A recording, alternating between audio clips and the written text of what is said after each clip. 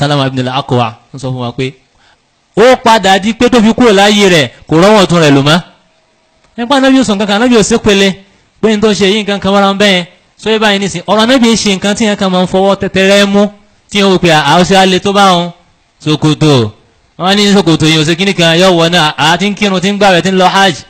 tí ò lọ́wọ́ bá rán ni abẹ́lómi tó máa ṣàṣe wọ́n lẹ́sẹ̀ ní wọ́n náà kì í ṣe ẹni tó lẹ́sẹ̀ ó di dìrìn tó dami sápò báwo tá ẹsẹ̀ àtẹni tó ní ọwọ́ sí yàtọ̀ láàrin rẹ̀ kí ẹ má jà fẹ̀sìn ṣeré. nínú hadith anabi sallallahu alayhi wa sallam hadith tó gbajúmọ̀ hadith al-Irbad ibn Sariyah radiyallahu ta'ala anhu tí anabi sọ fún wa ń bẹ̀ pé sunna mi dọ́wọ́ yín sunna mi dọ́wọ́ yín sunna mi dọ́wọ́ yín o. anabi sallallahu alayhi wa sallam ṣe wá sí fún àwọn sahabi bá a ṣe ń gbọ́ wá sí táwọn sahabi bá wá gbọ́ wá sí ẹlòmíràn wá wo tó kù sí yóò máa bẹ̀rẹ̀ sí ní banújẹ́ omi ọmọ jáde lójú wọn inú wọn máa bàjẹ́ ẹwà àwọn sahabi anabi sallallahu alayhi wa sallam. àwọn àwọn òpin tí anabi ń sọ yìí sallallahu alayhi wa sallam ṣe é ṣe wá sí ìdágbére báyìí wọn anabi sọ àsọlẹ̀ fún wa tó bá tiẹ̀ jẹ́ bẹ́ẹ̀ anabi sallallahu alayhi wa sallam ó ní kíni ọ ó ní taraktukum ala al-bayda layluha kanahariha la yazigu anha illa halik. ó ṣàlàyé nípa sunna pé sunna yìí gangan ní ìmọ́lẹ̀ tí ó sí òkùnkùn kankan bẹ́ẹ̀ tó bá wá já sí wípé ẹlòmíì bá wá kú lórí rẹ̀ ẹnìyẹn fẹ́ parun ń lo kó parun ni ẹ má ṣe bẹ́ẹ̀ o. anabi sọ fún wa pé tó bá padà dìgbẹ̀yìn ayé bí ṣe wọ́n ń ṣẹlẹ̀ yìí oríṣiríṣi lẹ́ẹ̀máa rí ẹlẹ́gbẹ́ ọ̀jẹ̀gbẹ́ kálukú ọmọ papẹ̀ mára tó wá já sí wípé ńkọ́ ní tó kù fẹ́yìn ni pé ẹ̀ka wo pé kí ni sunna anabi sallallahu alayhi wa sallam òun ni kẹ́ ẹ gbá mú o anabi ni abdu alayha bin nawajid so yé báyìí nísìnyí tí yẹn bá fi di ẹran tí yẹn fi di nǹkan nù èèyàn tí ò ní bọ́ wọn lànàbí lu sallallahu alayhi wa sallam so dọ̀wọ́ ẹnì kọ̀ọ̀kan wa bẹ́ẹ̀ ni àwọn atharu nínú ọ̀dọ̀ yìí tí àwọn sálàfù sọ tí gbogbo ẹ̀ ń tọ́ka nípa pé àníṣe ká mójútó sunna nabi ọlọ́wọ́n bá pa wá láṣẹ rẹ̀ ń ta wá ṣe ní ayé nìyẹn ká sì mọ̀ yí pé gbogbo ẹni tí ò bá ti tẹ̀lé ìlànà nabi kò sókọ̀ míì tá à ń pè é bídà ni innovation ni àbí kéèyàn kú ń bẹ́ẹ̀ ọlọ́wọ́n bá lékè ọlá bẹnu àtẹ́lu bídà ó bẹnu àtẹ́lu tí ń jẹ́ innovation nípa pé ká má ṣe kíni o ká má ṣe ọ̀kan náà àwọn sàhábì anabi ibn Abbas radiyallahu ta'ala anhu ìgbà tí ń tú yawma tabyaddu wujuhun wa taswaddu wujuh kó tó bá dijọ́ alikiyama àwọn ojú kan yẹn máa rí mọ́lẹ̀ tí wọ́n máa funfun ẹ̀rọ àwọn kan sáà máa dúdú wọ́n máa black ni ìgbà tí ibn Abbas fẹ́ tú radiyallahu ta'ala anhu oníṣẹ́ ráwọn tí wọ́n máa funfun àwọn alùsùnà ni o ṣe ráwọn tí wọ́n máa dúdú àwọn bídà nìyẹn o so yé báyìí nísìn ó dọwọ́ mi ó dọwọ́ ẹni kọ̀ọ̀kan wa alùsùnà wal jama'a àwọn tán pè ní alùsùnà wal jama'a àwọn náà tán bẹ lórí ìlànà nabi wa Muhammad sallallahu alayhi wa alihi wa sallam wọ́n wá ní oríṣiríṣi ó kọ́ tán máa ń pè wọ́n kọ́ máa jẹ́ kí ó dàrú mọ́ wa ní ojú àwọn ni wọ́n ń pè ní alul hadith àwọn náà ń pè ní alùsùnà alul athar السلف الصالح أهل الاتباع الطائفة المنصورة الفرقة الناجية أتباع بيلو so yíba yìí nísìn tẹlifíà máa gbé sáwọn náà túnú àwọn náà ní gbogbo orúkọ yìí tó sì já sí pé ẹlòmíràn ròyìn pé ó kọ yìí ń kọ́ ó kọ ọ̀kan tó wọ́n kàn fọ́jì fúnra wọn ní kálá àwọn ẹ̀rí wà tí ń sọ nípa pé sunna nabi sallallahu alayhi wa sallam àwọn ó kọ yìí ń kọ́ ó kọ ọ̀kan ní tí ó ní kankan ṣe pẹ̀lú ìròyìn kan tí ṣẹ̀ríà gbé kalẹ̀ pé dandan agbọ̀rọ̀ sí kíni agbọ̀rọ̀ jẹ́ ni. Kini aqida wọn kini manhaj wọn àwọn kan náà kí a mọ̀ kíni jẹ́ aqida èsì nǹkan tí yẹn fi ń ṣeré jama tí wọ́n kàn wá fún yẹn lówó àbí tí wọ́n wá fún yẹn lọ́mọ tí wọ́n á di pé sẹ́ńdẹ̀ ní sẹ́nu àwọn ti tánà nù kálá bí yóò bá lọ sí tó ń pè ní aqida nù tó lọ sí gbogbo nǹkan rí ọ lọ sí lórí tọ́lọ́wọ́n bá subhanahu wa ta'ala kọ́dà kì í ṣe lórí ti Islam nìkan aqida yẹn lè dá o lè má dá so yẹ báyìí nísìn nǹkan tá ń pè ní àkídà òun ni kí ni o al-imanul jazim wal-hukmul qati' alladhi la yatatarraqu ilayhi shaq kò ní sí èméjì kankan bẹ́ẹ̀ yóò gbàgbọ́ ni tẹ́ ẹ bá ń sọ fún ẹni tí ń ṣe pé kí n tó ń ṣe yóò dà ṣírkù ní kankan ní ní kí ni òun ó ṣe fún ọ nísìn ó sì rí ìyanu ó rí kìníkà ìta ń pè ní àkídà nu jama'a ahlu sunnati wal jama'a wọn ò bá eré nínú tá ń pè ní àkídà o wọn ò bá eré débi tá ń pè ní àkídà àdìsọ́kàn tó gbọ́dọ̀ wà fún gbogbo mùsùlùmí tábà wọn ní manhaj àwọn olùmọ̀ fi yé wa pé manhaj a'ammu min al-aqida manhaj ó kẹnu ju aqida lọ al-manhaj yakunu fi al-aqida wa fi as-suluk wal-akhlaq wal-mu'amalat wa fi kulli hayati muslim ìlànà téèyàn bá ń tọ̀ in tó bá ń jẹ́ manhaj téèyàn bá ń ṣe kíni o téèyàn bá tẹ̀lé nínú ntọ́ gbàgbọ́ manhaj nínú ìwà ìlànà téèyàn ń tẹ̀lé nínú tí ń ṣe kíni o tí ń fi ń ṣẹ̀sìn gbogbo àwọn nǹkan yìí tẹ́ bá rí wọ́n ní àjọṣe tó pọ̀ nínú kíni o nínú ara wọn kódà ń bẹnu àwọn sábà tó já sí pé wọ́n yìí ṣe tafriqa láàrin àkídà àti manhaj ṣùgbọ́n gbà tí gbogbo nǹkan dàrú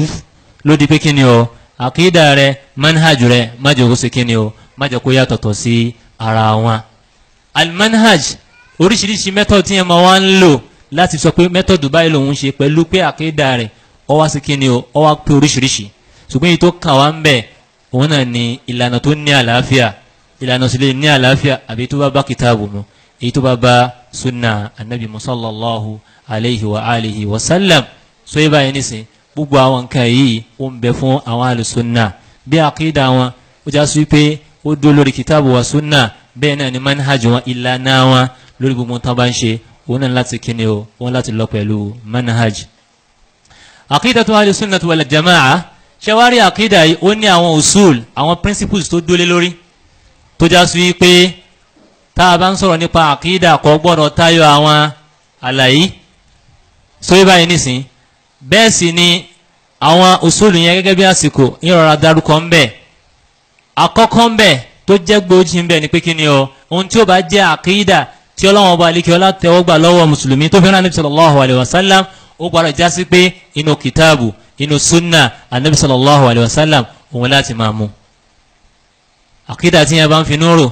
tí ń fi làákà yúrò wọn lọ́lọ́ ń bẹ́ ń sámà ọwọ́ ni àá sísan wà lè gbọ́ ọlọ́run ni ẹ̀ ń fún ọlọ́run ẹ̀ haddada kìíní fọlọ́run ọba nìyẹn ọlọ́run ọba alikẹ́ ọlá sí kíni manhaj àwọn kan àkídà àwọn kan ni so báyìí nísìn tẹ́ bá wọn mú àyà fún oríṣiríṣi àyà amintum man fi sama ọlọ́run ọba lẹ́wọ̀n ni man fi sama yẹn ọ̀tọ́kọ̀ ọlọ́run yóò láwọn àti kíni o àwọn màláíkà ni àkídà alùsùnà ṣe bẹ́ẹ̀ tọ́mọ́ tún mú àyà mi wá fún tọ́mọ́ hadithi wá fún pé hadithi járí à ń kọ́ta nábì ń sọ fún so yíba yẹn nísìn nígbà tá a wà lọ́dọ̀ wa ń bẹ̀ ní Azhar tó bá ń kọ́ oríṣiríṣi àwọn àkídà tó oríṣiríṣi àwọn àkọ́ìdù àwọn Asha'ira so yíba yẹn nísìn nínú àwọn kútùbù wa tọ́mọ́ lo hadithi yẹn so yíba yẹn nísìn àwọn àrínà wọn tún sọ fún wa pé ṣẹ́rí járí àyẹn anabi sallallahu alayhi wa sallam ń bá a sọ̀rọ̀ hasba akliha so bí làákàyè rẹ̀ ṣe máa ní so yíba yẹn nísìn Islam sì fẹ́ ká máa báyàn sọ̀rọ̀ bí làákàyè yẹn bá ṣe máa àdìsí tó fẹsẹ̀ múlẹ̀ so yíba yẹn nísìn walhamdulillah sallamana Allah subhanahu wa ta'ala min hadhihi ash-shawa'ib. bákan náà tẹ́ ẹ bá ń sọ kankan fún yẹn pé ọ̀dà ọlọ́run ló wọ́n sọ̀kalẹ̀ ní ìdá kẹta gbẹ̀yìn tá a bá dá òrùsí mẹ́ta ọlọ́run ló wọ́n máa sọ̀kalẹ̀ ní jojoojúmọ́ tí ó máa bẹ̀rẹ̀ pé ta ní wà nǹkan kan ta ní wọ́n àforíjì wọ́n á tún lò làákàyè ọlọ́run kan ní ó sọ ìkẹ́ ọlọ́run ní ó sọ sí ìkẹ́ ọlọ́run lá máa pè jàmá mùsùlùmí àkídà gbọ́dọ̀ jẹ́ àkídà tó wà nínú kitab tó wà nínú sunna anabi wa Muhammad sallallahu alayhi wa sallam bákan náà nínú àwọn usulu àkídà yìí ni pé tá a bá tún gbọ́ yé náà ká gbọ́ yé pẹ̀lú kíni o pẹ̀lú bí àwọn sálàfù ṣe gbọ́ yé gbogbo ẹni tí bá ń pè àpèmára alùsùnà làwọn náà àwọn sufi àwọn míì káàkiri alùsùnà kálukú ń pera rẹ̀ àpèmára là ń pè tèmi dire so yé báyìí nísìn nítorí wá kù ní pé nítorí wá gbọ́ yìí ìjà àwọn sálàfù gbọ́ yé bẹ́ẹ̀ tá ń sálàfù rẹ̀ lórí nítorí gbọ́ yìí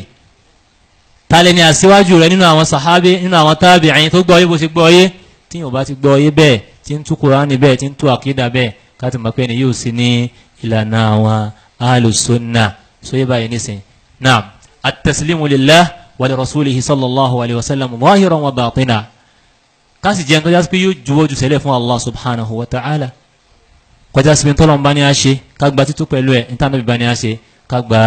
títú pẹ̀lú àwọn nǹkan yìí káàsì mọ̀ yìí pé al-isma thabitatun li rasulillah sallallahu alayhi wa sallam anabi ni ó lè ṣàṣìṣe sallallahu alayhi wa sallam anabi nìkan alayhi salatu wa salam òun ni ó lè ṣe kí ni ọ kò lè ṣàṣìṣe ọ̀rọ̀ pọ̀ lórí ẹ̀ táwọn afá sọ kí ni ọ táwọn afá sọ pé ẹni báyìí bàbá báyìí mà ní ẹni báyìí mà ní so yé báyìí nísìn nahtarimuhu asàpọ̀nlé rẹ̀ àmà o àlì gbọ́lá fẹ́nìkan tó ju anabi lọ sallallahu alayhi wa sallam àyà pọ̀ hadithi náà pọ̀ lórí àwọn nọ́kítọ̀ yìí tó jásí ìlànà àwọn alùsùnà nìyẹn o tí wàá dàbí ẹni pé ẹnìkan wọn ti ẹ̀jọ́ yín lójú àwọn bàbá kan tó jásí pé àwọn bàbá bá rẹ̀ gan òye sẹ́gbẹ́ wọn à ń sọ̀rọ̀ rẹ̀ fún ọlọ́wọ́ ànábì ẹ̀yin náà wò ta ló jura wọn lọ. èèyàn dẹ̀ ń sọ èèyàn sọ ní sọ pé èèyàn fi ń ta àbí èèyàn fi ń yájú ságbàlagbà àlàyé ni ṣùgbọ́n kò sí àlàyé tẹ́lẹ̀ mi ò gbọ́ gbọ́ kókó ra ẹ lọ à ń sọ̀rọ̀ kíníkà ọ̀nà ànábì ni ó tẹ̀ kẹ́rù báyẹn wọn ò dákọ̀ ẹlòmíì àfànàbí sallallahu alayhi wa sallam manhaju gbogbo ẹni tí àkídà ẹni tó bá jẹ́ alùsùnà ni. Abul Hasan al-Ash'ari rahimahullahu ta'ala wọ́n sọ eléyìí tó pọ̀ nínú tírà àwọn tó ń pè ní kitab maqalat al-islamiyyin wa ikhtilaf al-mudillin wọ́n dárúkọ jumla tí àwọn alùsùnà dúní lé lórí nínú àkídà al-imanu billah wa arkan al-iman so yé báyìí nísìn ó gbọ́dọ̀ wà fún mùsùlùmí o tó fi dénú qadar khayrihi wa sharrihi mùsùlùmí ò ní jẹ́ mùsùlùmí tó yá sí pé nǹkan kan bá wá rọ́ọ̀lù alùsùnà ọkàn lálàá kẹ́ni ní sẹ́ni tó sọ pé òun rọ́wọ́ òun tó ṣe ti bẹ̀rẹ̀ ṣẹ̀rẹ̀ báyìí lórí. gbogbo kìíní yẹn ni tí súnà wa ṣe láwùjọ wa báwo ni ó ṣe fọ̀ wá mọ́ ní gbogbo àwọn àkídà tí ó da yìí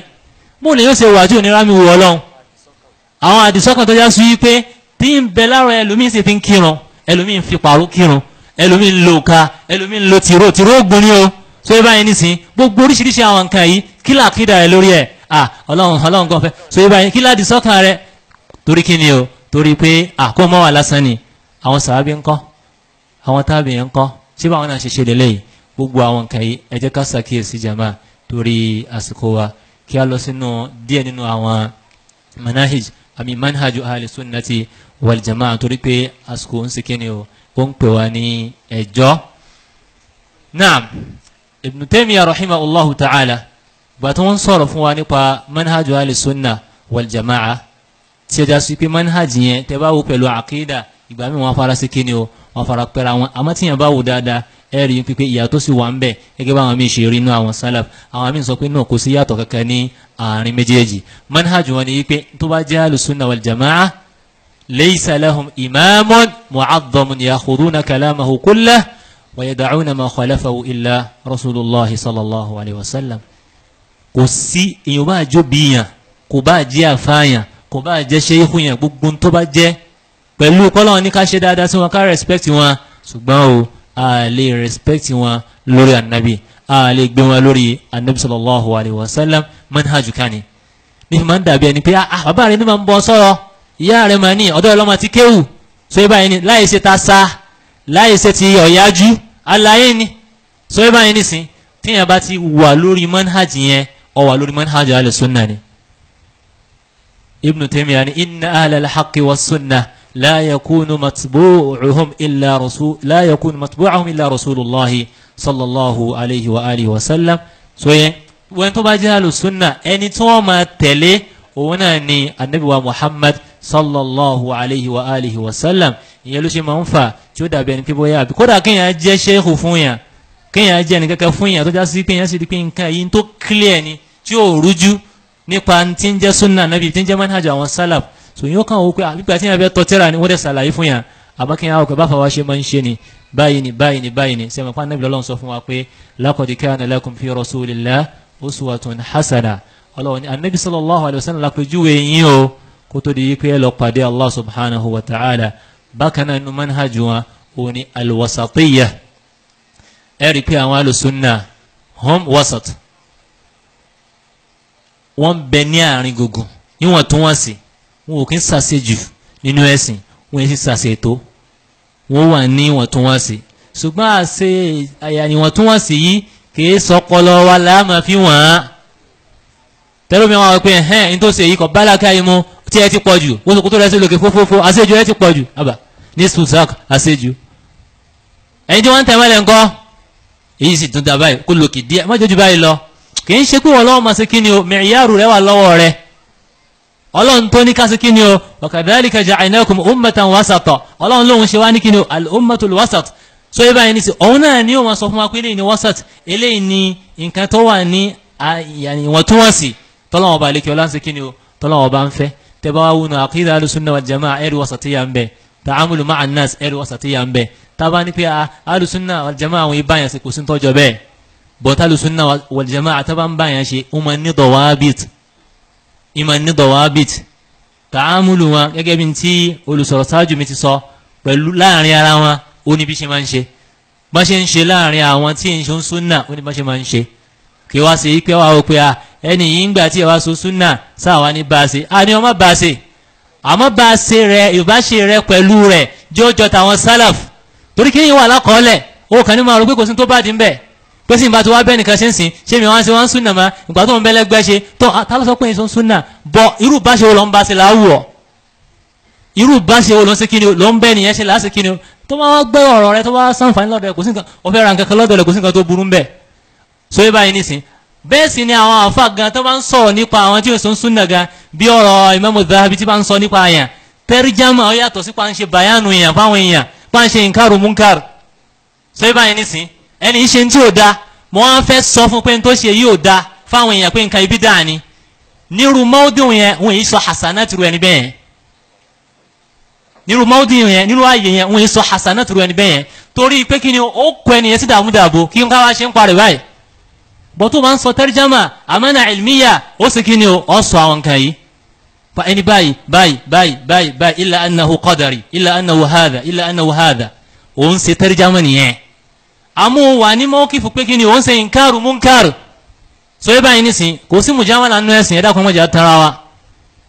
in tó bá jẹ́ pé nǹkan sọ̀rọ̀ hàn ní ká sọ pé nǹkan báyìí bó ṣe rí nínú ẹ̀sìn lélẹ́yìí bọ́tá bá ń ka àwọn nusus oríṣiríṣi ó wá kú ta'amul ma hadhihi nusus ọ̀dọ̀ àwọn afá láti ṣe kí ni o láti kọ́ gẹ́gẹ́ bá àwọn afá ti sọ fún wa lẹ́ẹ̀kan a ní láti jòkó táwọn afẹ́ sìn àwọn onímọ̀ ṣàlàyé fún wa nǹkan tó lọ́wọ́ bá ń sọ lélẹ́yìí tí wọ́n bá ń ka àyà tó ń ka hadith masare ma ka fara àwọn èèyàn ọyọ ilé ikú nuslam ọyọ tó ń kú nuslam wọn wá ní kí ló ṣe ó fi síbi jẹun kí lè léyìí ṣe ọ tẹ fún yàn tó bá tẹ fún yàn kan kì í ṣe kèfèrí so yẹ báyìí nísìn ó láwọn dọ̀ wọ́n bí sàwọn kan tó wò ọkàn ní káwọn èèyàn ní mọ́tàrú báyọ̀ sáré sí kí ni ó lọ pààrọ̀ ó ṣe gbogbo ẹ̀ àwọn àǹfààní ní àwọn àlàyé tó wà ń bẹ̀ ẹ jẹ́ ká jòkó tì wọ́n láti kẹ́kọ̀ọ́ lọ́dọ̀ wọn kọ́lọ́n jẹ́ kí wọ́n pẹ́ fún wa kí ọlọ́run ọba lékè ọlá kó sí àwa náà ní ẹni tí ó ṣe kí ni o tí ó rẹ́dì láti kẹ́kọ̀ọ́ lọ́dọ̀ àwọn tí wọ́n jẹ́ àwọn olùmọ̀ wa tí wọ́n jẹ́ aṣíwájú wa ayọ̀gbàmí láti ka gbogbo àwọn nǹkan wọ̀nyí ṣùgbọ́n alhamdulillah so Majma'u Sunnah wọ́n ṣe tawzin wọ́n pin àwọn kìíní yìí tí ó kan kálukú wa ní ọwọ́ ààrí manhajú àwọn alùsùnà pẹ̀lú àwọn ṣíà kí n táwọn ṣíà ń sọ ẹwu manhajú àwọn súnà bó ṣe yẹ kó rí nínú qadar nínú iman báwo ló ṣe yẹ kó rí báwo ló ṣe yẹ ká gbogbo àwọn kìíní yìí ni àwọn àlàyé yìí wà ní ibẹ̀ abẹ́lẹ́wọ̀n bá lékiọlá kó kàwánà kúnú àwọn ẹni rẹ̀ kó mú wa lépa bá àwọn ẹni rẹ̀ innahu waliyyu dhalika wal qadiru alayhi. San àwọn sheikh wa Abdullah Ajikobi kọlọ̀nkọba aṣẹ́wọ́n ní ẹ̀san olóore. tọ́ n tí àwọn sheikh wa bá wa sọ fún torí àwa tí a yẹ̀ṣẹ̀ dé wọ́n ṣàlàyé tí ń jẹ́ alùsùnà fún wa nílẹ̀ ní tí ó bá ti dún ní mọ́sùnà Nabi sallallahu alaihi wasallam tó fẹ́ràn rẹ̀ tí ń ṣe kìí ṣe wọ́n gba fọ́ọ̀mù rẹ̀ o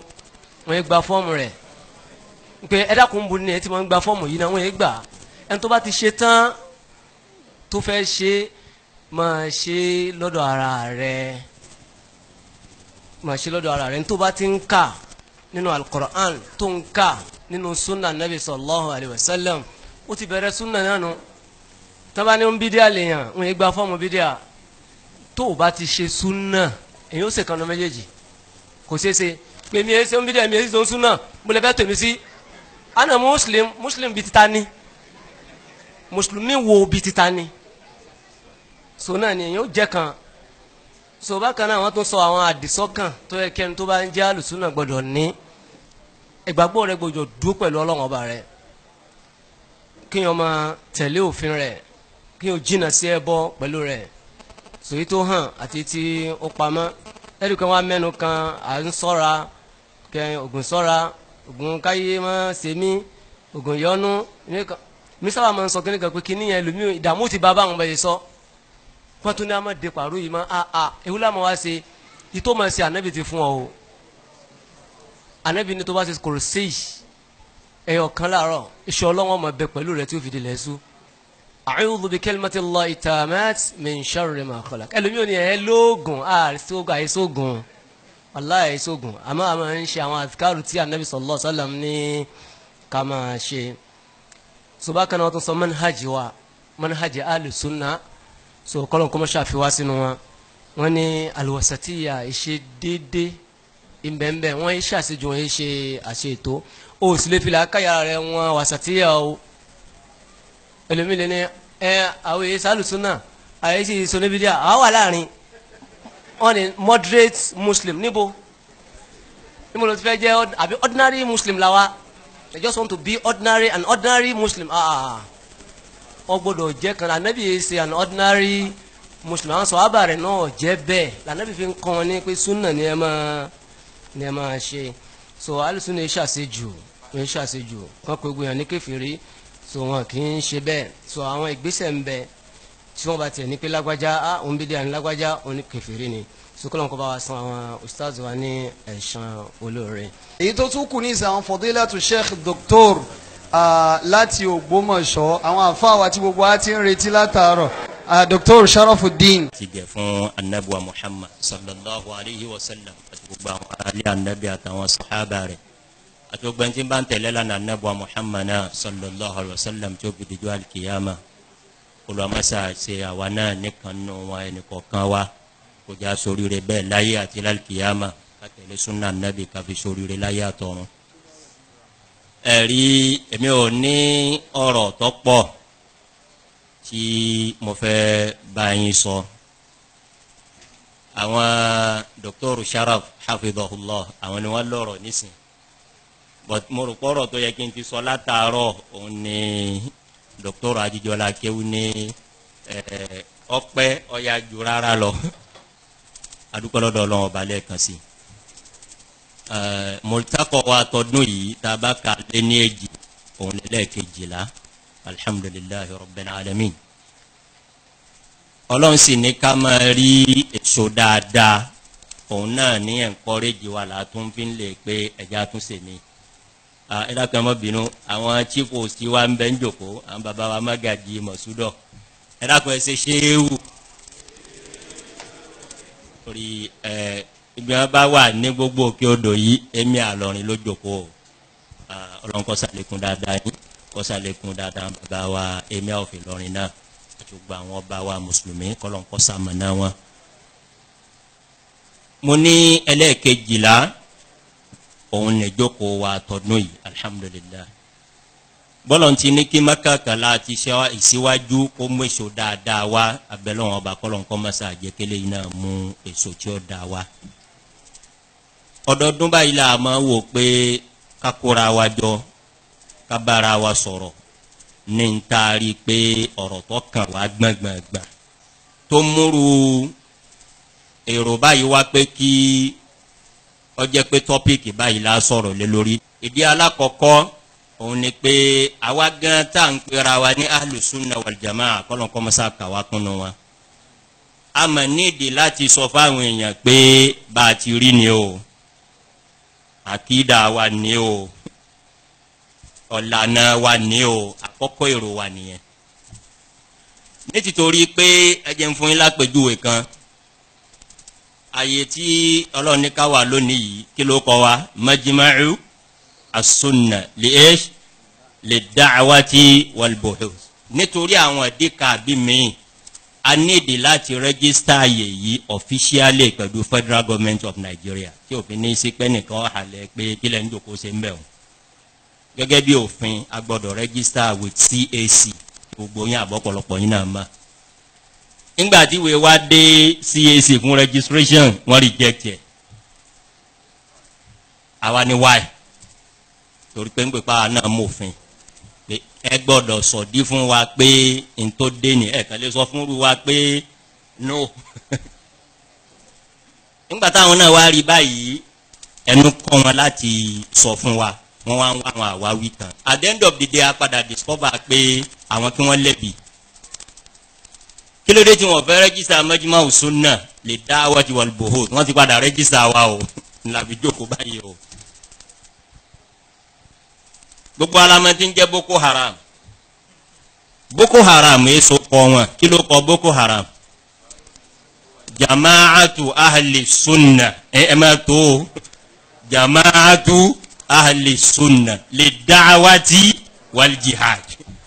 ẹ wá ní kíjọba rẹ́gísítà Majma'u Sunnah lid-Da'wati wal-Buhuth ọjọ́ra wọn àbí ọjọ́ra wọn reality ní sọ fún yín o alhamdulilayi àwọn amòfin wa àwọn ọmọ ẹ̀yà wa tá a gbéṣẹ́ náà lé lọ́wọ́ wọ́n ṣe bí iṣẹ́ ajé oyé wọn pé àwọn onítàǹdà sọ́ọ́bù ẹ̀yin ní kẹ́ ẹ béèrè pé kí ni jẹ́ súnà ìdí bí tí ń lọ gan nù ntí Boko Haram ń ṣe lóòótọ́ gbogbo wa yà gbà pé kìí ṣe súnà àmọ́ àlùsúnà làwọn náà pera wọn àwọn ti wá wò pé ẹ̀yin náà lẹ́tún fẹ́ gbọ́nà ẹ̀kọ́rọ̀ lẹ́tún fẹ́ wá rẹ́gísà ẹ̀ wà láwa náà la fún yín láyé but ńgbà tá a wá jòkó tá a ṣàlàyé tó nídìí ká kọ wọn wá àgírí pẹ̀lú apá àwọn ọmọ ó kọ yín lóòótọ́ àwọn ṣe bí gbogbo ẹ̀yin tẹ́ bá ti ń ti súnà bá ti ń bí gbogbo yín ti rí nu àná gbogbo wo rí bẹ́ẹ̀ ìdí àkọ́kọ́ nù kọ́lọ́nkọ́ mọ́sá jẹ́ kí a achieve ẹ̀ ní mọ̀lútàkọ̀ tọdún yìí pé láti pé kọ́dẹ̀ rí i pé nínú àwa tá a wẹ̀ lómi ètí ìsòǹsùn nànà ẹ́ àmọ́ akẹ́kọ̀ọ́ náà wá kó rí i pé ní jíjẹ́ ní ń jẹ́ alùsùnà torí pé yẹn bá máa ti ń jẹ́ súnà wàláì kò sí di tẹ́nìkan ó fi sọ pé àwọn ọ̀fẹ́ súnà yà yín kò sì ń pè rẹ̀ mùsùlùmí. àbẹ́ẹ̀kì mọ́sálásí mi lónìí ẹ lẹ́fẹ́ ṣe wá sí wọn pé sẹ́yìn súnà nù kọ̀ sáyé yà yín kọ́dẹ̀ lómi ọ̀ sọ pé kọ̀ sáyé súnà níyà yín. ajẹ́pọ̀ ti gbọ́ nǹkan mi iye irú èyí tí CAC gbọ́ yé ń pa mọ́júmọ́ àsùnà àwa náà nídìí láti speak out ká sọ fún ayé pé àkídà wa ni o ìlànà tá a fi ń jọ́sìn ni òun lẹ́rí tí wọ́n ti ń wí látàárọ̀ ni o òun ni wọ́n tún bá wa sọ nísìnyí òun náà látún sọ lọ́la kò sí kan tẹ́ẹ̀rí ń bẹ̀ kọ́lọ́hún òwì ànábì òwì sallallahu alayhi wa sallam torí náà ẹ dákun àkọ́kọ́ hádàfù wa lọ́dún yìí ni pé ẹjẹ́ àwọn èèyàn mọ̀ kí ni wá kò sí ń tàǹdà sọ bó ara ti ń jẹ́ mẹ́nájọ́ alùsùnà náà ni pé kò sásìrí kò sí báàtì ní pé àwọn kan lọ́gbọ́dọ̀ mọ eléyìí súnà ni pé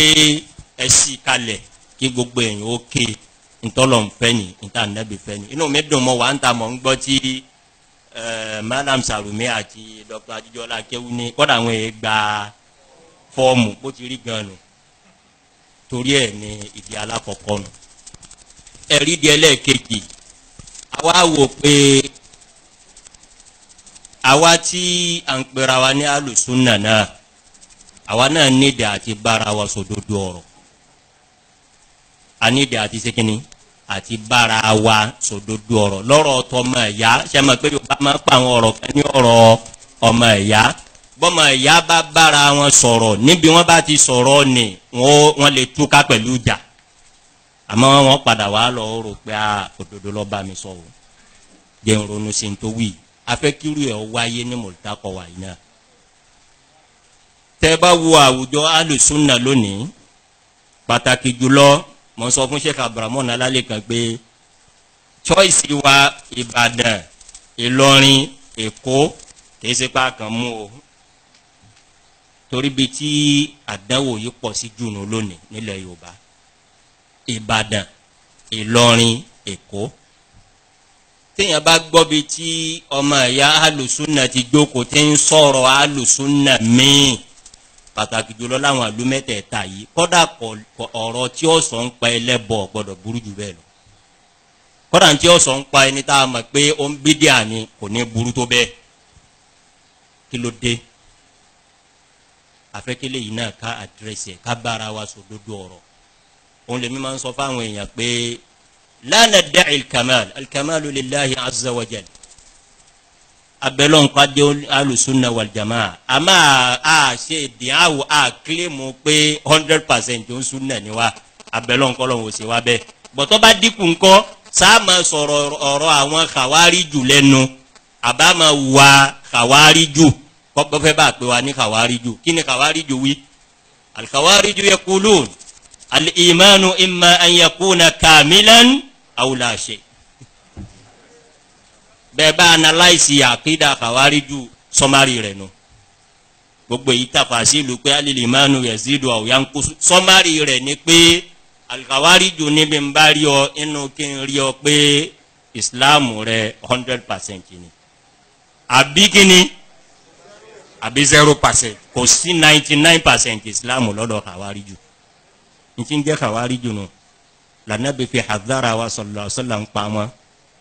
lànàbí ní àjìnà sí wọn àmọ́ bóyá àfura ìṣesí wa láàrin àwọn ọmọ ìyá ahlùsúnà wal jamaa ó fẹ́ máa jọba yìí ń gbà mí èèyàn jọ ń súnà amanti àfi wo yẹn ká òun sunna kọ́dà bẹ́ẹ̀ yóò kéwú èyàn ó lè ká sílámù yà òun sunna ni àmọ́ wá ní nǹkan kan táwa rò pé kò yẹ kó ń sunna ó ṣe sáwa náà máa sọ pé ní òun bí díà níbà kọ́dà ẹ̀ má gbọ́ wá sí rẹ̀ mọ́ ara àwọn tí ń ṣe bẹ́ẹ̀ náà àwọn ọmọ ìyá wa lónìí o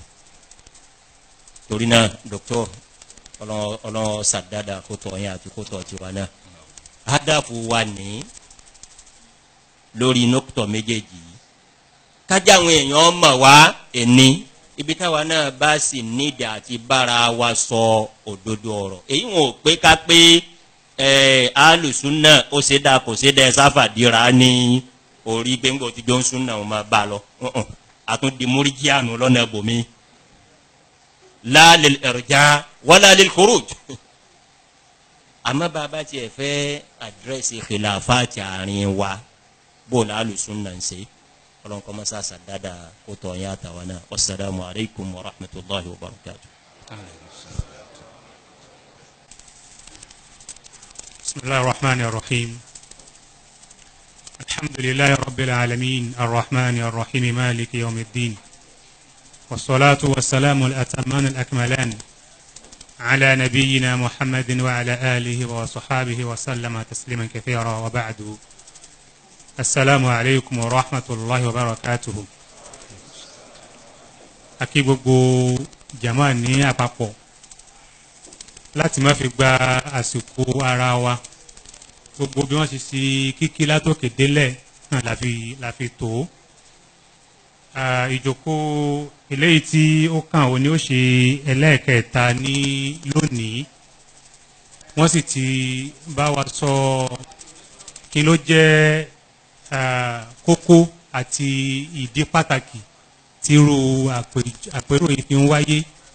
àti irú kókó tí a fẹ́ sọ níbẹ̀. Mo rò pé sọ́múrẹ̀ náà ni gẹ́gẹ́ bí Imam Bukhari bó ṣe bá wà bánu Sahih Bukhari wípé báàbù al-ilmi qabla al-qawli wal-amal kéèyàn ó tó wí nǹkan kó mọ̀ tí ó wí kéèyàn ó sì tó ṣe nǹkan kó mọ̀ nǹkan tí ó ṣe. Ìsìnímọ̀ ìtumọ̀ ẹ̀ ni wípé kí ni àwọn àfáà ti sọ lórí nǹkan tí mo fẹ́ wí kí sì ni àwọn àfáà ti ṣe lórí nǹkan tí mo fẹ́ wí. Mo rò pé kókó rẹ̀ náà nù. Láwọn àfáà wá fi wá pé ọ̀pọ̀lọpọ̀ àwọn àgbà àfáà Varadak sọ pé ní ulaika àbáyé fàjínà bí mithlihimu idha jama'atina ya jarirul majami'u. Àwọn tí wọ́n bá wa sọ̀rọ̀ ní ìjókòó tọdún yìí Ọlọ́run kó ṣàwọn àfáà wa lẹ́san rí àwọn tí wọ́n kájú ẹ̀ ní yìí bẹ̀rẹ̀ láti sọ tọ́pìkì tí wọ́n bá wa sọ̀rọ̀. Generally mú wa fún àpéjọ ọ̀rọ̀ tọdún yìí ní ahlus sunnati wal jama'a aqidatan wa minhajan. Àwọn ọmọ wa bá wa tún ṣàlàyé síwájú sí wípa wípé minhaju ahlus sunnati wal jama'a pẹ̀lú àwọn opponent wa pẹ̀lú wọ́ọ̀dù opponent àwọn yìí ni pé àwọn opposite wa àwọn òdìkejì wa yìí náà pọ̀ kò mí pé bóyá àwọn àti ìṣe mùsùlùmí nìkan. Wọ́n wá ní pé eléyìí ó kó sínú wọn pé al-amru bil ma'ruf wa nahyi anil munkar. Tá a bá fẹ́ correct ara wa a bá fẹ́ correct àwọn míì náà kí ni manhaju ahlus sunnati wal jama'a. Wa da'watu ila Allah pé à ń ṣe dáwà à ń pèpè lọ fún ọ̀nà Ọlọ́run ọba bó làwọn ahlus sunnati wal jama'a bó ni wọ́n ṣe ṣe. Wa minhajuhum fi wahdati as-saffi. Tá a bá sọ yìí pé ká ní uniformity bóyá nu idea wa ni bóyá nu model wa ni bóyá nu dressing wa ni kí ni túmọ̀ rẹ̀ lọ́dọ̀ àwọn ahlus sunnati wal jama'a. Uniformity ni pé ní kásọ̀ kan kẹnu wa ó kò kẹsẹ̀ wa ó kò kọ́rọ̀ wa ó kò kílòrí wa ó kò bó ló ṣe lọ́dọ̀ àwọn ahlus sunnati wal jama'a. Bákan náà muharabatu at-tatarrufi wal-ghuluwi wat-takfir. Lágbájá kèfèrí ni lágbájá ti kó nu Islam kó ṣẹ̀ṣẹ̀ bẹ̀rẹ̀ owó ti bẹ̀rẹ̀ ti pẹ́. Àwọn tó wá ṣẹlẹ̀ sí nígbà náà tá ń bẹ lẹ́yìn àwọn àfáà tán já àfáà oníṣúná bó ni wọ́n ṣe sọ̀rọ̀ fòrò pọ́blẹ́mù bẹ́ẹ̀. Ohun tí àwọn àfáà wa àtiwájú mi Dr. Sharafuddin Gbadebo Raji tí wọ́n bá wa sọnù wọ́n bá wa sọ̀rọ̀ ní ìsìn abẹ́lẹ́ ọ̀nkọ́lọ́ kó ṣàlékún ìtọ́sọ́nà fún àwa náà falyatafaddal mashkuran musaddada. الحمد لله وأشهد أن لا إله إلا الله وحده لا شريك له له الملك وله الحمد يحيي ويميت بيده الخير وهو على كل شيء قدير وأشهد أن نبينا وحبيبنا محمدا عبد الله ورسوله صلى الله عليه وعلى آله وصحبه وسلم تسليما كثيرا وبعد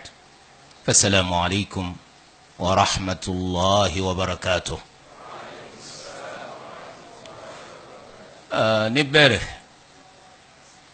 nígbà tí a dúpẹ́ fọ́lọ́run Ọba Ẹlẹ́dàá wa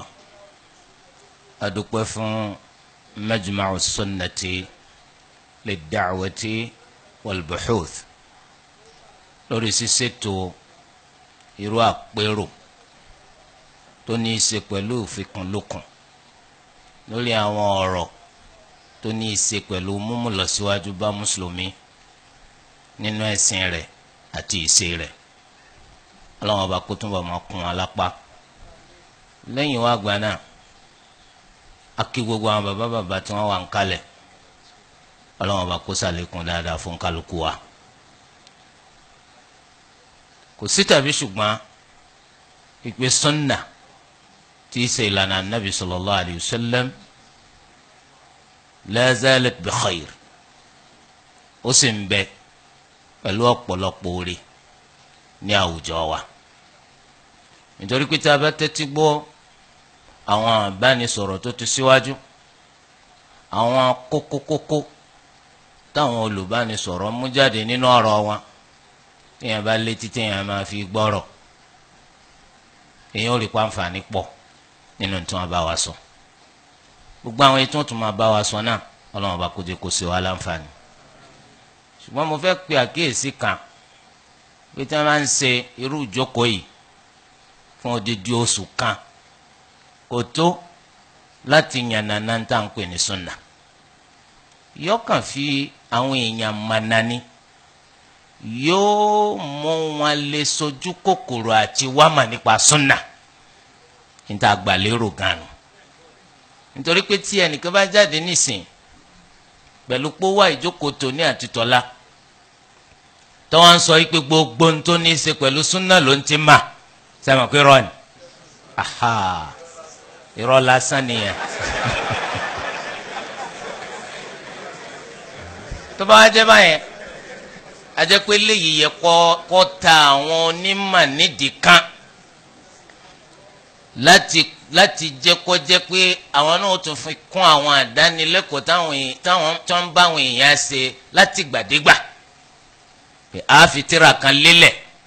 tó ní í ṣe pẹ̀lú ọ̀rọ̀ nípa sunna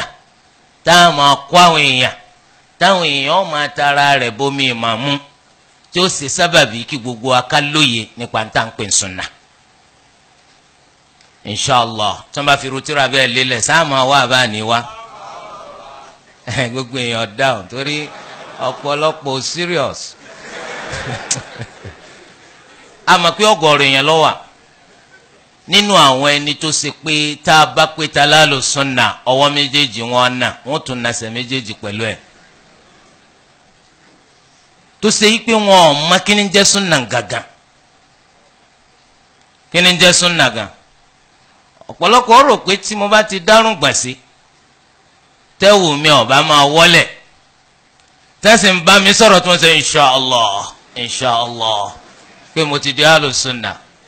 Bayda annahu la yamutu ila sunnati bi sila ìgbà míì kò sí ń tọ́ pápọ̀ pẹ̀lú sunna ju pé camouflagization lásán ni. Bẹ́ẹ̀ náà mọ̀ pé àwọn míì náà máa ń yọ bí alùsùnà láwùjọ wa tẹ́ pé ìmúra tiwọn náà bí alùsùnà náà ni wọ́n sì máa ti torí wọ́n bẹnu àtẹ́lu sunna bí ká lọ wáyàwó nìsí ẹ kàn wọ jàlábíà yìí ni masha allah la quwwata illa billah kálukú nírùngbọ̀n ẹ̀wù wọn wọlé ẹ wọ́n ní kí lè bá wa afẹ́fẹ́ yàwó ni wọ́n á ní ẹ̀yin yìí a lè fọmọ fún ru yín àìsèrú àwọn tí wọ́n ní bákan náà gbogbo yín simahum fi libasihim ẹ̀yin ọmọ wa gbìyànjú láti sọ pé ẹ̀yin sara wọn lórí pé ní tí dókítà sọ ọ wúlò ní ìsìn ẹ̀yin ọmọ gbìyànjú láti sọ pé ẹ̀yin sọ̀rọ̀ àwọn alùsùnà lẹ́yìn kí wọ́n á ní súnà kí làwọn nǹkan kan náà jọ níyìn. so ajẹ́pà ń bùkátà láti ṣàlàyé ara wa lódodo tẹ́wọ́ wa máa wọlé ara súnà ni o ká fi irùngbọ̀n wa lẹ̀ ká dá sí ara súnà ni o ṣùgbọ́n sọ ní gbogbo súnà ni mò ń bí léèrè ni kìí sọ ní gbogbo súnà torí ẹ̀ náà ni tá a lẹni tó dára rẹ̀ lójú ń bí pé tá a bá kówó fún kó fi ṣe business kò ní í jàǹbá kọ́nà wókè ẹni tó náwó gan ẹ̀yìn èèyàn ló ti náwó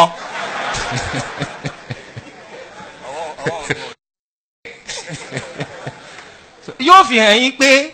nínú àmánà afẹ́l èèyàn mélòó nínú wa lọ dá sí ìyàwó rẹ̀ kọ́ náwó sókè kìí sì wọ́n lọ sọ ìyàwó rẹ̀ nìkan jẹ́rìí torí ńgbà tí wọ́n fẹ́ wádìí nípa Ànábì sallallahu alayhi wa sallam tani wọ́n bi léèrè Ummul Mu'minina Aisha radiyallahu anha tí wọ́n náà gbà kún bí ìyàwó rẹ̀ èèyàn mélòó lọ gbà kún bí ìyàwó irọ́ lásán. Akramakumullah nípa ẹ̀sìn Islam yìí èèyàn mélòó nínú wa lọ́mọ̀nù rẹ̀ dáadáa kó tó máa sọ́npa rẹ̀ nù wa kọ́ náà wọ́n sókè.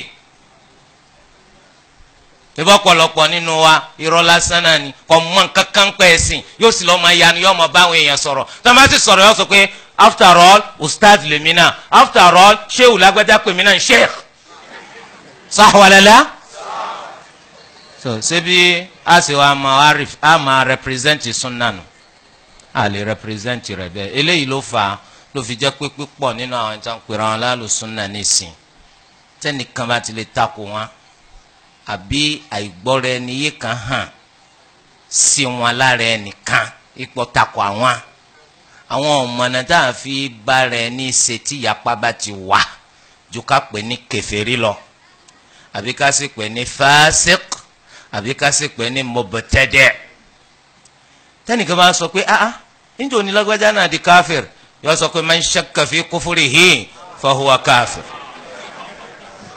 tó máa ń ṣe méjì kó ti di kèfèrí ni wọn náà níjọ́ ní lágbájá náà di fásik kó pé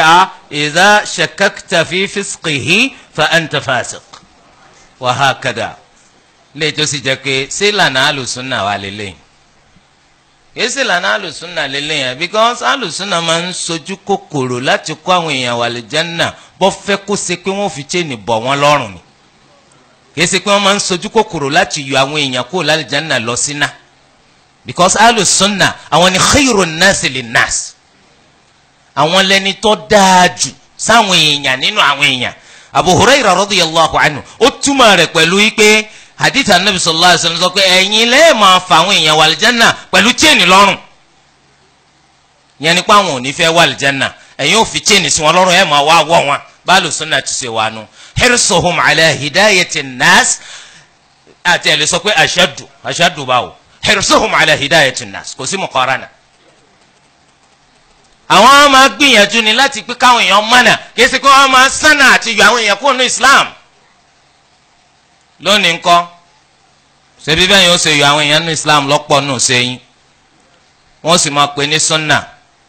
wa bi qadri ma yakunu al-wahid mutashaddidan bi qadri ma'tubira min ahli sunnati 'inda al-juhal bí èèyàn bá ti ṣe lésì nípa kó ti di kèfèrí ó ti jáde kó ní Islam ó ti kèfèrí ó ti jáde kó ní Islam yes bàbá nìyẹn bẹ́ẹ̀ ni àbí bẹ́ẹ̀ kọ́ so musiba lele ijama nígbà táwọn èèyàn kọ́kọ́ ń lọ sí aljamiatul islamiyya tán padà délé wọ́n á rò ìpè tán pè ń súnà torí wọ́n gbẹ́kọ̀ yé ní kọrí nkọ̀dì wọ́n rò pé tán pè ń súnà ni pé yọkàlùkù kò nínú Islam kó kù wọ́n nìkan ok tó bá kù wọ́n nìkan ṣé ìwọ nìkan ló máa dágbé aljanna abẹ́rẹ́ rí bẹ́ẹ̀ so ọ̀pọ̀lọpọ̀ takfir tafsiq tabdi' kí jami àgùn tó furọ́ pẹ́ irú àwọn ọmọ India irú àwọn ọmọ Pakistan níbi tí wọ́n ti máa lé díẹ̀ yìí irú àwọn ọmọ North Africa so àwọn délé wọn kàfàrà kálukú wọn kó wọn dà sínú agbọn takfir ó wá di pé wọ́n fẹ́ sọ di stigma lára Jamia Islamiyya káwọn ọmọ tó bá ti jáde ńbẹ wọ́n máa kàfàrẹ ọlọ́mọdé ibẹ̀ làwọn ti jáde wọ́n ìkọyàn pípé yàn kèfèrí àyíṣe mọ ẹ̀yẹ ẹ̀sọ́ jẹ sọlọ wọ́n sì sọ pé wọ́n ti pè al-matbu'u la yakunu tabi'an ìmáàmù ò lè yí padà kó di máàmù ìmáàmù nìyẹn ní Jamia Islamiyya ó ní ìmáàmù so máàmù ò lè yí padà kó di ìmáàmù nígbà tí Jamia ìfura wọ́n pa kéèsì gbogbo ẹ̀yin tẹ́ jáde tó ṣe pé bí ká pè yẹn kèfèrí ká yọyàn kó nu Islam ní rọ́ọ̀nù nínú sáyìn kìí ṣe manhaju Jamia Islamiyya kìí ṣe manhaju Jamia Islamiyya kó jẹ́ yí ọ̀tọ̀ rẹ lómìnira ní sin ti ń palẹ̀ mọ́ ọ pé yẹ́s pàtó ń bá dé Jamia Islamiyya pé kíni yọ wá yà lẹ́nu kò ní mọ̀gbà tí ó tún fẹ́ máa pa àwọn àfa rẹ̀ ní káfìrí ní Cairo ní kọpẹ́ kó jìnnà yìí mo bọ́ ọmọ kan pàdé lọ wọ́n ní kó tó wá sí Cairo akẹ́kọ̀ọ́ tẹkifiri ní Nàìjíríà bí ìgbà tó wá dé Cairo tó wá bá pé ọ̀pọ̀lọpọ̀ àfa wọn ti fárùn gbọ̀n ọ̀pọ̀lọpọ̀ nu wọn sìgá wọn máa mu àwọn tó dá wà o àwọn èèyàn gidi wà o ha mọ wá bí àwọn ikọ̀ àpébò wa ní ṣe ní ìsìn wọn ní gbogbo ẹ̀ dàrú ma lójú ni ọ dàrú ma lójú kọ mọ bí ó ṣe ṣe tó tá a bá tó pè wọn káfìrí náà àtún àjòkó wájú káfìrí máa kọ́ àdìfì àjòkó wájú káfìrí máa kọ́ tafsir aha wọn ní nǹkan kì í le lálejò àfikún fọ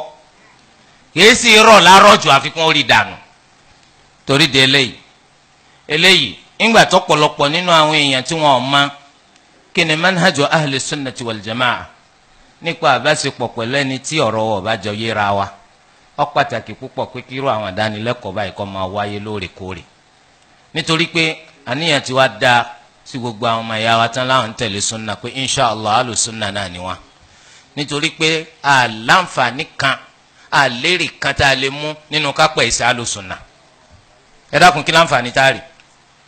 kò sáǹfààní kan tá a lè rí ń bẹ̀ ṣe bí inú ìdùnnú tiwa náà ni wípé adúpẹ́ fọlọ́n ń tà ń polongo tá ń pariwo tá ń pa àwọn èèyàn sí ọlọ́run ọba ò ní kó kúta ṣebí náà la fi rí ròyìn kí lẹ jẹ́ sí wa bí kọ́sítọ́mà wa ni abẹ́ ṣe kọ́sítọ́mà wa ẹ dáhùn o níìsín mọ̀ ń tajà mọ́ wá yọ ẹgbàá dání sẹ́ẹ̀dù o ẹ ní dùn so nítorí di eléyìí adúpẹ́ fọlọ́n kọ́lọ́run ọba kó túnbọ̀ jẹ́ ká pọ̀ sí nídìí sunna nabi Muhammad sallallahu alayhi wa alihi wa sallam àkọ́kọ́ ni pé tí wọ́n ń pè ní sunna kìí sànà lọ bẹ̀rẹ̀ kìí ṣe jẹta kò ní fọ́ndà tábà pé wọ́n rẹ́gísítà rẹ̀ sunna yẹn hiya al-islam wal-islamu huwa sunna nítorí pọ̀ kan nínú méjèèjì ò lè dúró láìsí èkejì tí wọ́n bá wọn bá wa sọ̀rọ̀ nípa sunna kí ni wọ́n bá wa sọ̀rọ̀ nípa rẹ̀ al-islam eléyìí tó túmọ̀ sí pé gbogbo ẹni tí ì bá ṣe mùsùlùmí lọ̀rọ̀ tí wọ́n ń bá sọ yóò máa kórìíra ọ̀rọ̀ tí wọ́n ń bá sọ yóò máa bà lọ́kàn jẹ́ àmọ́ tó bá ké mùsùlùmí ni wọ islam ò ṣe yà kó lára sunna sunna ò ṣe yà kó lára islam kò jẹ́ kí lẹ́yìn ò yí ọ bẹ́ẹ̀ torí ẹ̀ tí wọ́n bá sọ pé ahlu sunnati wal jamaa kí ni wọ́n gbà lérò àwọn mùsùlùmí nítorí pé o lè jẹ́ mùsùlùmí láì tẹ̀lé lánàá ẹni tó lọ́n fi islam ràn tó o bá sọ pé lánàá ẹlòmíì lọ fẹ́ tẹ̀lé ọ dájú pé kìí ṣe islam tó lọ́n fi rán nàbì sallallahu alayhi wa sallam ló fẹ́ ṣe. sheikhul islam ibn taymiya rahimahullah nínú tírà rẹ̀ minhaju sunnati nabawiyya ó ní ẹ lọ́ọ́ ma o ike sunna tá à ń sọ̀rọ̀ rẹ̀ yí báyìí wa madhabu sunnati wal jamaa madhabun qadimun ma'ruf sunna ntó ti pẹ́ gidigidi ni ma'rufun qabla an yakhluqa Allahu Aba Hanifa àwọn èèyàn ti mọ̀ sunna kọ́lọ́hún tó dá Abu Hanifa tábà kó Abu Hanifa ló ṣe kínní lọ́dàálẹ̀ wa Malikan ṣáájú kọ́lọ́hún tó dá imaamu Malik wa Shafi'i kọ́lọ́hún tó dá imaamu Shafi'i wa Ahmad kọ́lọ́hún tó dá imaamu Ahmad fa innahu madhabu sahaba ohun ni lànà àwọn sàábé ẹ dákun ẹni tó bá jọta sàábé kó nawọ́ ẹni tó fẹ́ sórí ibú rọrùn kó nawọ́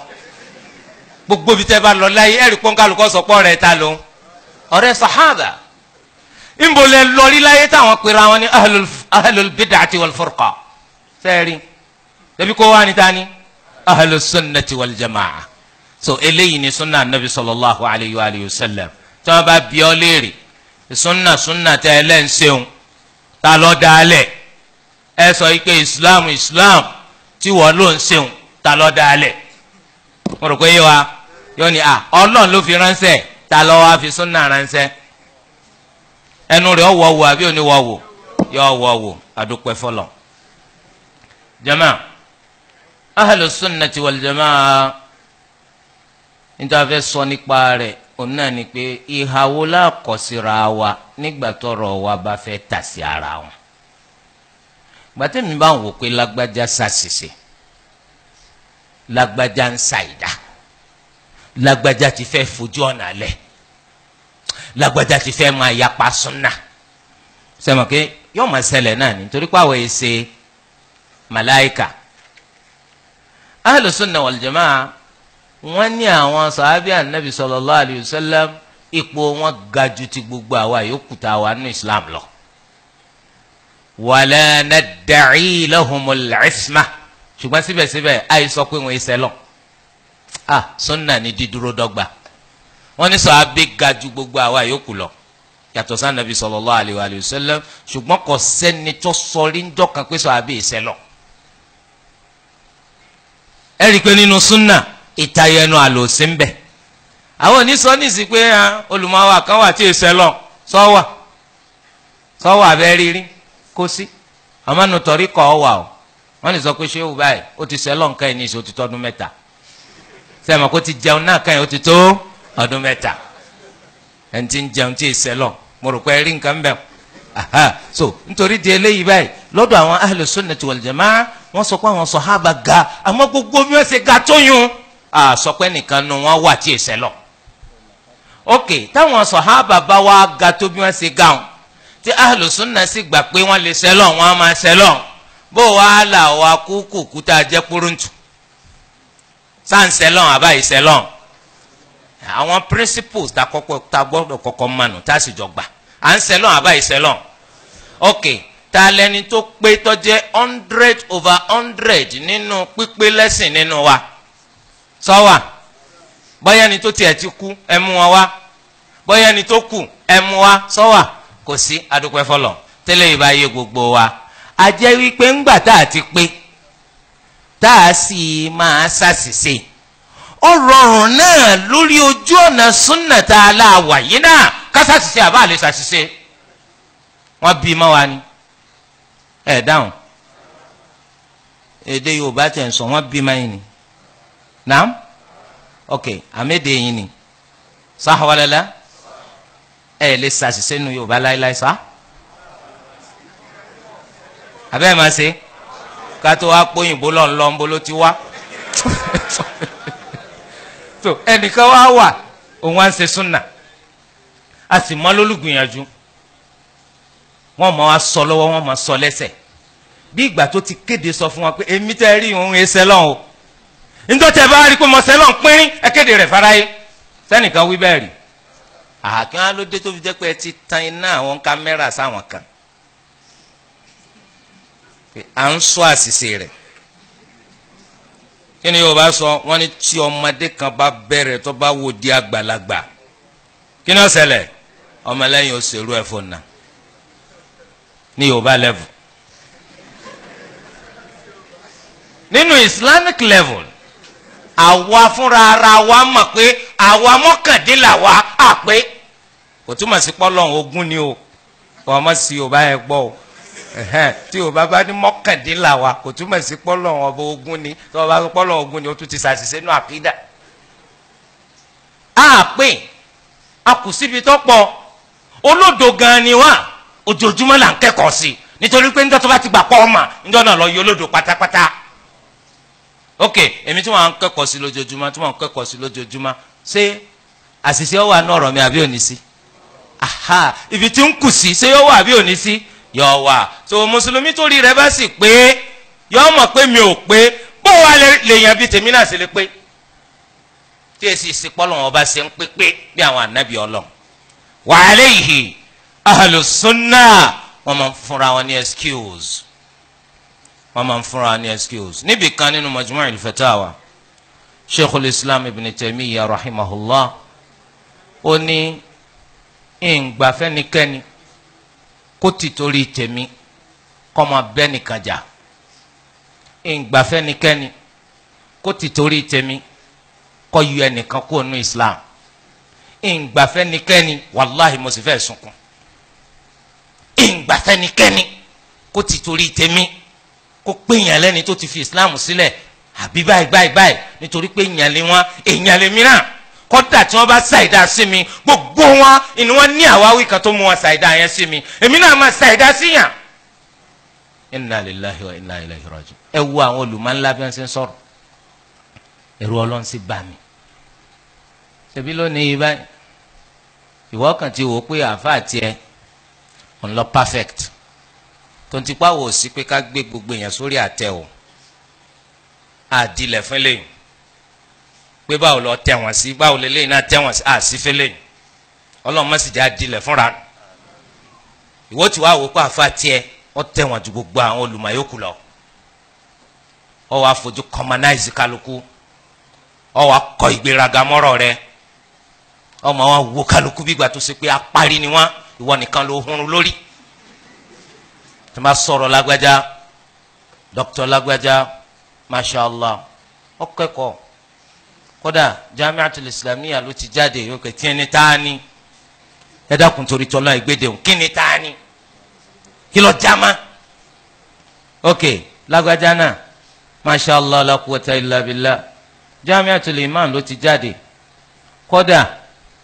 Kulliyatu Sharia ni ló ti kẹ́kọ̀ọ́ kódà Kulliyatu Lugha ló ti jáde ó sì ń gbìyànjú kẹ́ tání kí lọ jáma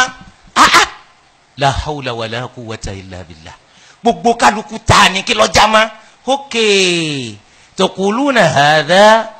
indana ghayru jaiz faman antumu hatta yakuna lakum indu gbogbo kálukú ọ̀jámà kankan gbogbo kálukú ló tún bá ń tẹ́ ta wá lẹ́yìn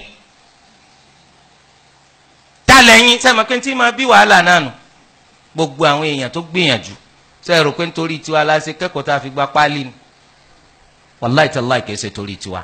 yóò tó bá pé torí taari èèyàn ni Sheikh Ọlálé kan sọ lẹ́ẹ̀kọ́kọ́ nìkan ọ̀gbájú mùtọ́wásítọ̀ lọ mùtọ́wásítọ̀ ti tó fún un láti sin lọ́hùn kí ló fẹ́ fi ṣe bí ó kẹ́kọ̀ọ́ kó ṣe sọ láti kọ́ zakati kó sì ṣe ṣìyà kọ́ á tóbi e gbogbo ẹ̀ náà ló ti wà nù mọ̀kọ́rọ̀ tó mùtọ́wásítọ̀ àmọ́ tó mú yẹn máa kẹ́kọ̀ọ́ lọ tí ń kọ́ lọ tí ò dúró wàláì kìí ṣe nítorí tara rẹ̀ torí àlùmọ̀ ni ẹ wá wu adúrú ọdún tí gbogbo wọn filẹ̀ nítorí tọ́lọ́hùn nítorí kí wọ́n lè bá a délé kí wọ́n rí ń jíṣẹ́ fún yín. wa ma kana al-mu'minuna liyanfiru kaffa falawla nafara min kulli firqatin minhum ta'ifatun liyatafaqqahu fi ad-din wa liyunziru qawmahum idha raja'u ilayhim la'allahum yahdharun kókó rẹ̀ nu wàláhì tí ó bá jẹ́ bẹ́ẹ̀ àwọn èèyàn ní pẹ́tó bí wọ́n ṣe pẹ́tó ńlẹ̀ Lárúbá owó là ń gbà ń bẹ̀ ni ẹlòmíì lọ olówó ni wọ́n ń gbà ń bẹ̀ ń gbòde kọ́ra táyà mọ́tò wàláhì tàláhì ẹ̀mí àwọn èèyàn àtọ́jú ayé wọn ni wọ́n fi lẹ̀ nítorí kórílẹ̀-èdè wọn mọ́ bá yóò lọ sí nípa pé kò ní ní olùmọ̀ tó ṣe tọ́ka sí gbogbo ẹ̀kọ́ tó ń fọdún mẹ́ta kọ́ńbó mi ọdún méjì kọ́ńbó mi ọdún mélòó gbogbo kálukú ló hewu lọ́hùn ṣé nítorí eré ni ṣebí torí ẹ̀yin àlùmọ̀ yìí náà ni ọwọ́ akọ gbogbo ẹ̀ ọwọ́ adé ẹ̀yin tí wàá kakún pé ńgbà tó ti dé wọ́n gbọ́dọ̀ jẹ́ màláìkà tó bá fi lè ṣàṣìṣe pínrín ẹ wàá mú gbogbo fáìlì rẹ̀ sọ sómi ẹ wàá sọ fún gbogbo àlùmọ̀ pé ẹ mọ́ gbọ́rọ̀ rẹ̀ mọ́ wọ́n kàn gbé kásẹ̀tì olùmọ̀kan sí ni wọ́n ń gbọ́ bẹ́ẹ̀ nìkan ṣe débẹ̀ lónìí kíni kí lẹ́yìn gbọ́ta ní sọ̀rọ̀ pa kíní dàrí ha la ilaha illallah ẹ sì máa gbọ́rọ̀ àwọn sọkúsọ láwùjọ wa yìí náà ọ̀rọ̀ àwọn ẹni tó ṣe pé tí ì bá ṣe pé yẹn bá rántí pò ń lo fowó rẹ̀ ra rédíò ẹ fẹ́ fọ́ rédíò mọ́lẹ̀ ẹrú ọlọ́run kan wá lọ kẹ́kọ̀ọ́ wa wàláhì máa gbọ́rọ̀ mi ẹ̀ mọ̀ pé ọlọ́run kò san àwọn ẹni tó mú wa lọ kẹ́kọ̀ọ́ yìí lẹ́san rẹ̀ torí pé wọ́n ṣe gudugudu méje yàyà mẹ́fà lórí wa nítorí kí Islam ò lè lọ wájú láwùjọ wa ni nígbà tí n bá jókòó tí mo sọ pé ẹ má gbọ́rọ̀ lágbádá ẹ má gbọ́rọ̀ tàmẹ́dò ẹ má gbọ́rọ̀ dọ́là sẹ́mi nìkan wọ́n mọ̀ wá gbọ́rọ̀ mi èmi gẹ́gẹ́ bíi tani iyọ̀ lèmi nú ọbẹ̀ ni tó ṣe pé tí wọ́n bá rí mi wọ́n mọ̀ wá mi ká oníkálukú olùmọ̀tẹ́rì yẹn ó ní tó di láwùjọ rẹ̀ kò sẹ́ni tó ṣe tanish wàláhi tàláhi kò sẹ́ni tó ṣe tanish torí ẹ̀ ló ṣe jẹ́ pé a gbọ́dọ̀ fààyè gba ìfikùnlukùn tí ó mú káwọn èèyàn máa ṣe bíi debate tó ń fi sọ pé somebody is defeated a gbọ́dọ̀ fààyè gba láwùjọ wa because ẹ bá fààyè gba pínrín ní tí wọ́n padà ṣẹlẹ̀ ni pé onítọ̀hún tí wọ́n sọ pé is defeated yẹn ó níbi tí ń dí láwùjọ tó bá padà délé làwọn èèyàn bá máa wọ pé àsólòdò ni adúpẹ́ fọlọ́npọ́lọ́n tó àṣírí lónìí torí a gbọ́dọ̀ fààyè gbárù rẹ̀ jama ẹ woru wàhálà ẹ woru gbogbo ọjọ́ ayé tóní kálukú fi sílẹ̀ láti lọ kẹ́kọ̀ọ́ màá kàn wá sọ bí kó lè ború dà pé ẹ má gbọ́rọ̀ rẹ̀ mọ́ tí ẹ bá wá sí pọ̀pọ̀lọpọ̀ náà bá ya màálù bóòlù ẹnìkan kà sí lè sọ fún mi pé Dr. Abdulwahab Election má gbọ́rọ̀ rẹ̀ mọ́ pé kí ló ṣe sẹ́mi kó nílà kẹ́yọ̀ sọ bẹ́ẹ̀ kí ló ṣe àmọ́ àwọn màálù ò ní béèrè wàláì tẹ́lá àwọn màálù ò ní béèrè nítorí pé ẹni tí ń sìn wọn lọ́nà àwọn ti kà kún màláìkà ohun èé ṣàṣìṣe sì máa wo irú pàṣán tó ń lò fáwọn èèyàn àwọn èèyàn náà ní lórí ìkọ́ o wọ́n lè lò lórí tiẹ̀ náà tó ń bá ti ṣe òfin lò wọ́n lò lórí rẹ̀ akramakallah mo fẹ́ bí yín léèrè kí ni ìdájọ́ kéèyàn lọ síbi tó kù ti kú kó ló ń lọ bá wọn ṣàdúrà ọjọ́ kẹta ìjọ keje ogójì ọjọ́ kí ni ìdájọ́ rẹ̀ torí lábẹ́ ń tà ń sọ bọ̀ náà nù kí ni ìdájọ́ rẹ̀ ṣé sunna ni àbí bídà ẹni tó bá ti wá ṣe di káfìrí àbí ò di káfìrí ẹ dáhùn naam gbogbo yóò bá ń ti dàpọ̀ so ó di káfìrí kò di káfìrí ẹ mú kan ṣé gbogbo wa muttafaqun alayhi àbí àwọn kan wà tí wọ́n ń ronú sí ọ̀rọ̀ tá à ń sọ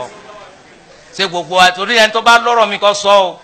because kẹsẹ̀ tá a dìde tá a máa kun o torí mọ́nájà alùsùnà tá à ń sọ náà nù alùsùnà kún lẹ́yìn o alùsùnà máa ń sọ ojú abẹ́ ń kó so di káfìrí àbí ò di káfìrí because èmi ọmọ bóyá àwọn ẹkọ àwọn káàdì kankan lé ní káfìrí tẹ́ ẹ̀ ń ná tẹ́ ẹ fẹ́ ná dójú àmì ẹ̀tọ́ kò yé mi. Red card, yellow card.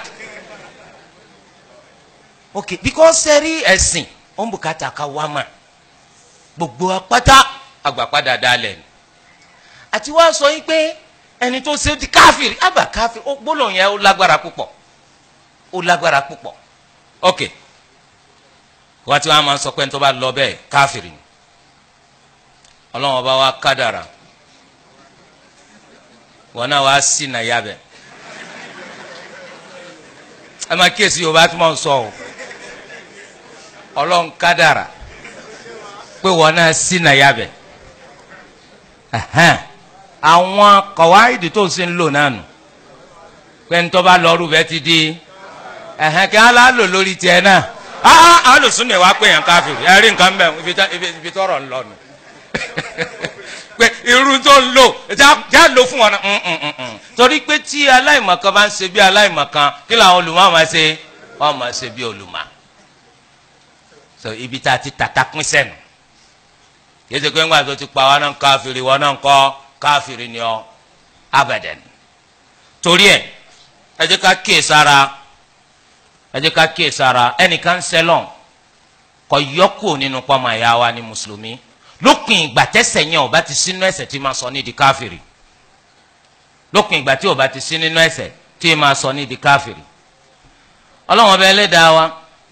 ó ń bá ní sọ̀rọ̀ nípa ẹni tó bá ṣekú pa ọmọ ìyá rẹ̀ mùsùlùmí pa mùsùlùmí ṣé nígbà tí mùsùlùmí pa mùsùlùmí tó pa mùsùlùmí tó di káfìrí ni ẹ dákun ẹ máa dáhùn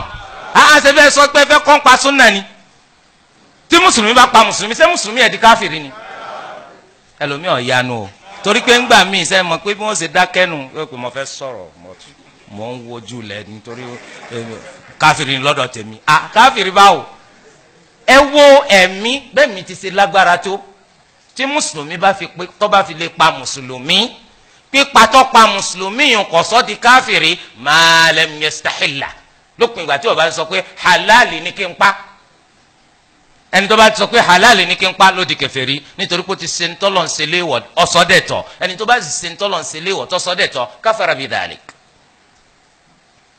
ọlọ́run ọba sọ pé faman ufiya lahu min akhihi shay'un fattiba'un bil ma'ruf. ọ̀pá yẹn nífa ọlọ́run tó wá lọ́mọ ẹ̀yà rẹ̀. ok ṣé àwa la fẹ́ wá mọ òfin ọlọ́run jọ ọlọ́run lọ ni ọlọ́run sọ pé ẹni tó pààyàn nígbà tó ṣe pé òun mùsùlùmí ni ẹni tó pa náà mùsùlùmí ni al-ukhuwatul imaniyya kò ní sọnù kódà kó ṣe pé nìkan ló ṣe kú pẹ́ nìkejì ṣé àwa para wa ni àkókò para wa kí wọn lọ wá mú tó fi sọ pé nìkan ṣe mùsùlùmí má aha ọlọ́run ẹlẹ́dàá wa ó tún fi hàn wá wa in ta'ifatani minal mu'minina qatatalu fa aslihu baynahuma fa in baghat ihdahuma 'ala al-ukhra faqatilu allati tabghi hatta tafi'a ila amri Allah fa in fa'at fa aslihu baynahuma bil 'adli wa aqsitu inna Allaha yuhibbul muqsitin innamal mu'minuna ikhwa fa aslihu bayna akhawaykum wa in ta'ifatani minal mu'minina qatatalu mu'mini làwọn eléyìí mu'mini làwọn eléyìí wọ́n sì ń jà ọlọ́run ọba ò ti torí pé wọ́n ń bára wọn jà kọ́ mọ́ pé wọ́n ní mu'mini torí ẹ̀ làwọn ahlu sunna fi sọ yìí pé ẹ̀ṣẹ̀ téèyàn bá ṣẹ̀ àṣìṣe téèyàn bá ṣe kìí yọ̀yàn kúrò nínú jíjẹ́ mu'mini nínú jíjẹ́ mùsùlùmí àyàfi kẹsẹ̀ náà jẹ́ ọ̀kan nínú ẹ̀ṣẹ̀ tí máa yọ ní kò nu Islam èmi pẹ̀lú rẹ kọ́ sí ni wọ́n máa yanu pàkàpọ̀kọ̀ tá a máa wá yọ àwọn èèyàn kúrò nínú Islam àbí tá a máa pè wọ́n lórúkọ àbí tá a máa fún wọn lóríkì tí bàbá àti ìyá wọn ò fún wọn nítorí pé tó o bá ṣe bẹ́ẹ̀ àwùjọ dàrú lábẹ́ àwùjọ ẹ̀sìn Islam ó ní dawabit bẹ́ẹ̀ sì pè yàn kèfèrí ọlọ́nà tẹ́ gbégbà tẹ́ fi pè yàn ní fásik ó ní nǹkan tí ó ṣẹlẹ̀ tẹ́ fi pè yàn ní mubtadi' kìí kàn sí pé èèyàn kàn máa yanu gbogbo èèyàn máa yanu bó ṣe wù wọ́n ní bẹ́nu àwọn èèyàn tí ó yẹ kó yanu àfi tẹnu bá ń dùn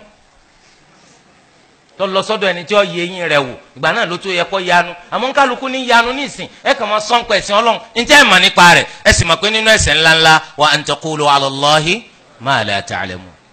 kéèyàn máa sọ nípa ọlọ́run ní téèyàn ọmọ ẹ jẹ́ ká di àwọn principles yìí mú ẹni tí ọ̀rọ̀ wọ̀ bá jọ yíra wọn nípa ẹ̀sìn mò ń wò pé ntí mo gbọ́ yé kò gbọ́ yé mò ń wò pé bí mo ṣe gbọ́ yé kò gbọ́ yé bẹ́ẹ̀ mò ń wò pé ó ti fẹ́ fojú ọ̀nà súnà lẹ̀ àwọn principles tá a fi máa bára wa lónìí